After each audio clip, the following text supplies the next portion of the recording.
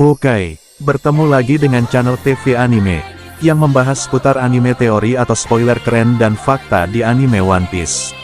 Langsung saja ke alur ceritanya, check it out.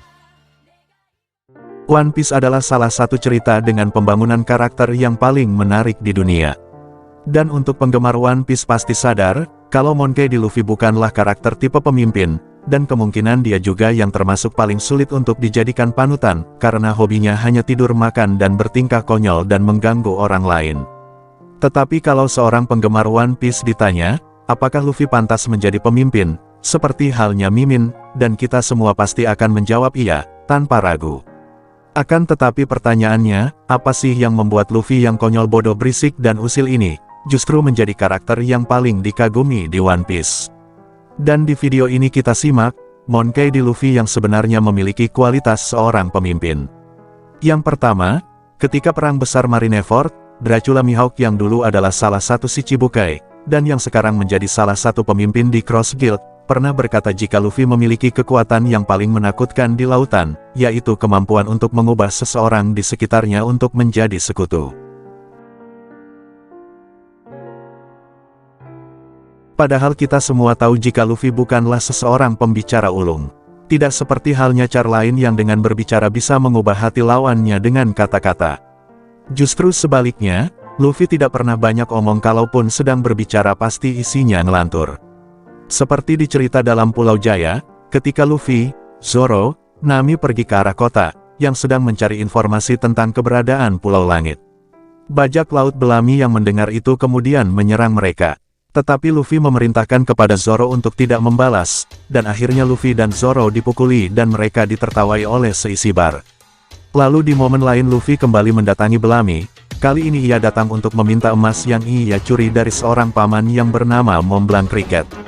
Luffy dan Belami pun bertarung ketika itu Belami terus berbicara dan menghina mimpi mereka yang bertujuan untuk dapat mencapai Pulau Langit.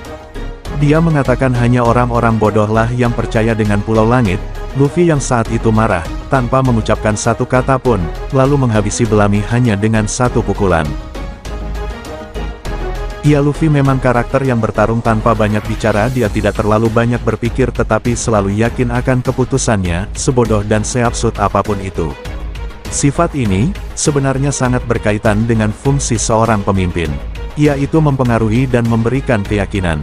Mungkin kita sering berpikir, seorang pemimpin haruslah orang yang paling cerdas, disiplin dan bisa untuk dijadikan sebagai contoh untuk teman-temannya. Tapi menurut Stuart Chalamer, seorang ahli dari kampus London Business School, fungsi utama dari kepemimpinan sebenarnya adalah mempengaruhi aktivitas kelompok. Luffy, di mana dalam situasi nyawanya dipertaruhkan, tidak pernah ragu sekalipun, dia tipe yang tidak segan-segan melawan seorang dewa ataupun menantang pemerintah dunia untuk menyelamatkan teman-temannya. Padahal tidak jarang juga dia menerima kekalahan dan juga dihajar habis-habisan. Tapi tindakan inilah yang akhirnya membuat orang-orang di sekitarnya memiliki keyakinan dan menaruh kepercayaan kepadanya. Bahkan seorang Yonko selevel Shirohige mengakui kepercayaan diri Monkey D. Luffy. Saat Perang Besar Marineford, kemampuan mempengaruhi orang lain dan memberikan keyakinan kepada mereka sebenarnya adalah fungsi utama dari seorang pemimpin. Sebuah kelompok bisa saja memiliki anggota angkatan yang kuat, cerdas, namun tidak akan ada artinya jika mereka kehilangan keyakinan. 2. Salah satu arc yang menunjukkan salah satu kepemimpinan Luffy, yaitu arc Enies Lobby. Masih ingatkah, waktu itu Nico Robin menyerahkan dirinya kepada anggota Citinen? Lalu Luffy dan kawan-kawan mengejar Robin sampai ke Enies Lobby. Saat itu, ada momen di mana Sanji berhasil menyusup ke kereta pemerintah dunia. Dia lalu menelpon teman-temannya. Luffy dengan santai berkata kepada Sanji, dia dipersilahkan melakukan yang dia mau. Meskipun di kereta itu sebenarnya penuh lawan-lawan yang lebih kuat dari Sanji.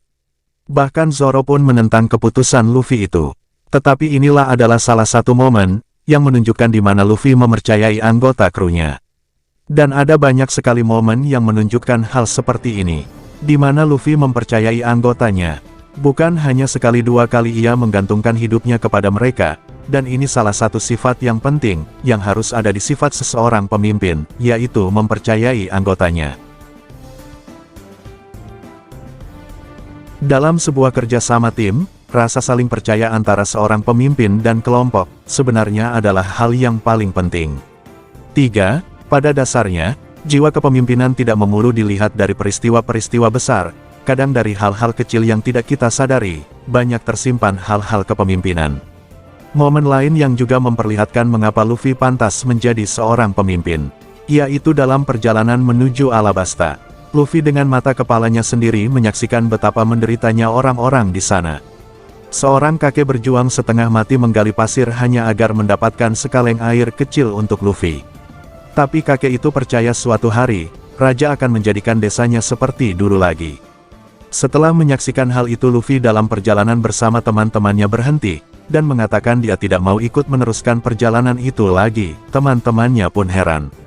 Luffy lalu menunjukkan kenyataan kepada Vivi, dan berkata, apakah jika mereka memenangkan peperangan krokodil akan berhenti melakukan kejahatannya? Bagaimana Vivi seorang diri menyelesaikan peperangan yang melibatkan jutaan orang? Luffy mungkin memang bukanlah orang yang cerdas, tapi menurutnya satu-satunya cara menyelamatkan kerajaan adalah menumbangkan krokodile sang Shichibukai. Nah, pertanyaannya, nilai kepemimpinan apa yang dapat diambil dari sini? Seorang filosof dari zaman Yunani kuno, bernama Plato, pernah mengatakan, pemimpin adalah orang yang bisa membedakan mana yang penting dan tidak penting, mana yang harus dikerjakan terlebih dahulu dan mana yang tidak. Kadang ketika kita menghadapi masalah besar dan rumit, kita tidak tahu harus mulai dari mana. Dalam situasi yang rumit seperti ini maka dibutuhkan seorang pemimpin, yaitu mereka yang bisa melihat permasalahan dengan jernih dan memuaskan mana yang harus dilakukan terlebih dahulu. Kedengarannya memang terlihat sepele, tetapi sebenarnya ini adalah fungsi yang sangat penting. Dari seluruh penjelasan tadi berarti ada 3 kepemimpinan yang bisa kita ambil dari Monkey D. Luffy. Pertama, mampu membedakan mana yang penting dan tidak penting. Kedua, memberikan kepercayaan kepada anggota. Dan ketiga, mempengaruhi dan memberikan keyakinan kepada anggota kelompok. Lah demikian penjelasan tentang kepemimpinan Bakasencho kita, Monkey D. Luffy. Mohon maaf jika ada kata-kata yang kurang berkenan. Arigatou gozaimasu.